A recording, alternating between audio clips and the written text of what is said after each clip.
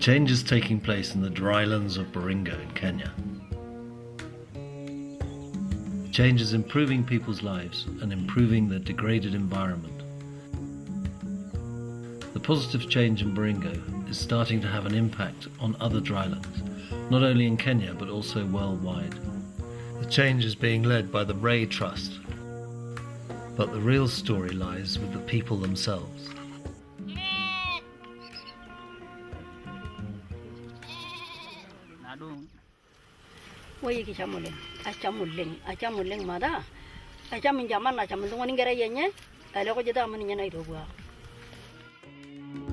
An estimated 2 billion people live in the world's drylands, with 47% of the planet's land classified as dryland ecosystems. In Kenya alone, 80% of the country is arid or semi-arid, home to 10 million people, or a third of Kenya's population. In Kenya's Rift Valley, the semi-arid lowlands of Baringo exemplify many of the world's dryland problems.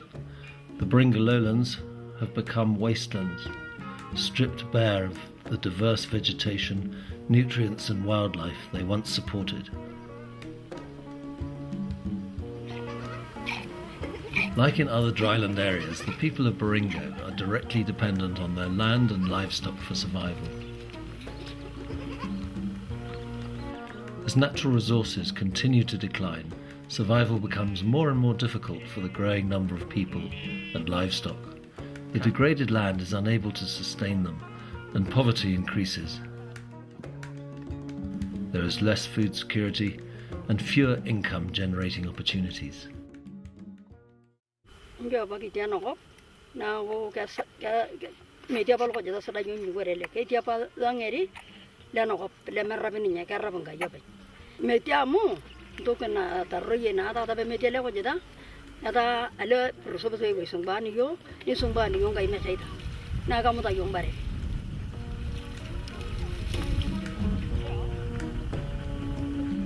This is the headquarters of the Rehabilitation of the Arid Environments Trust, or RAY, a non-governmental organisation based in the lowlands of Baringo.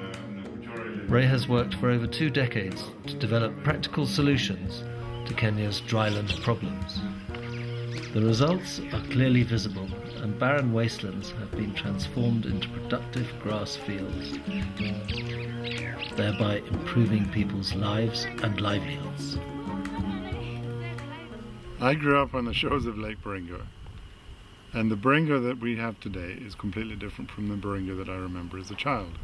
Much of the vegetation has gone.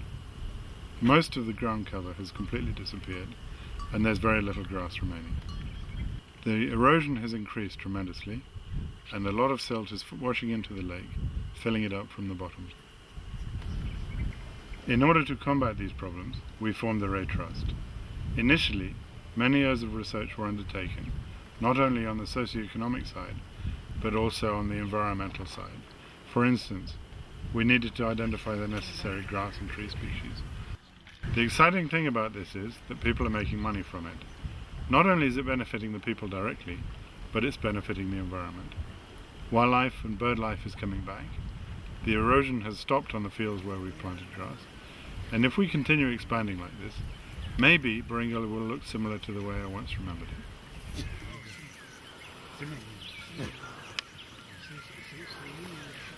The women groups, group ranch members and individuals come to RAI to request for their land to be reclaimed. They settle their land issues within their community members. Once land preparation has been done by the owners, RAI team comes in to measure the contours and make embankments with a tractor and broadcast the indigenous seed harvested from other reclaimed fields. The embankments is made to catch the rainfall water, and this will help the penetration of water as well as the good germination of grass.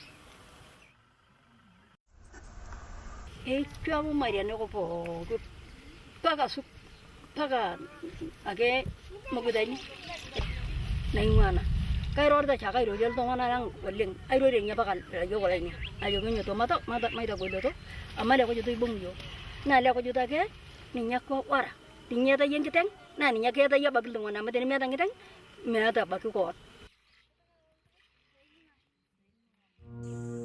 Like Namanu, hundreds of men, women, families and groups now manage their productive fields and generate income through various activities.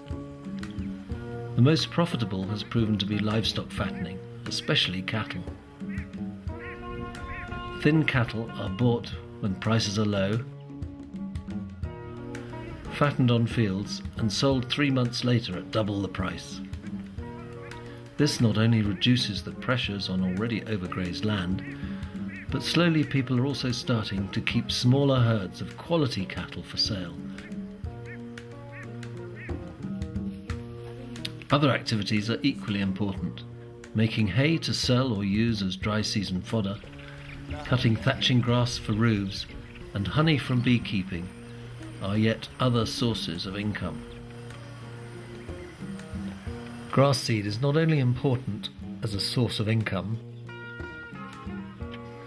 but also for continuing the reclamation cycle. Seed is harvested by hand, sold back to Ray for processing and packaging, and distributed to new dryland farmers to reclaim more fields. There was a friend of mine called Lena Solio who lives in Salabani. He used to have a small field, and he started with a small field.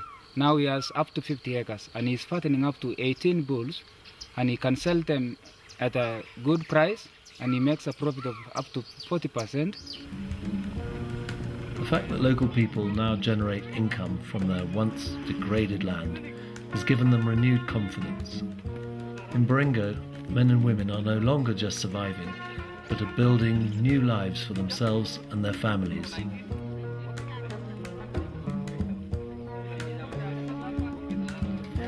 Local people take great pride in what they have achieved, and successful Baringo farmers are Ray's greatest promoters and trainers. Individuals and communities from Baringo and dryland areas all over Kenya visit Ray and learn from private field owners like Paul. Most visitors ask for Ray's help in reclaiming degraded land in their areas. We've worked to develop Kenya's drylands for over 25 years. In some ways, this is what makes Ray unique. In other words, Ray has had the time and flexibility to adapt to changes. Ray can't carry on with development on its own. It works with a lot of government and non-governmental organizations, and it's really important that this continues, especially in relation to the expansion of the program. It's the people themselves who are at the core of this initiative. They have taken it on, they're managing the fields, they're investing in the fields. There are many challenges that still lie ahead, but the community uptake is impressive, and the initiative is spreading, not only in Baringo, but in other dryland areas.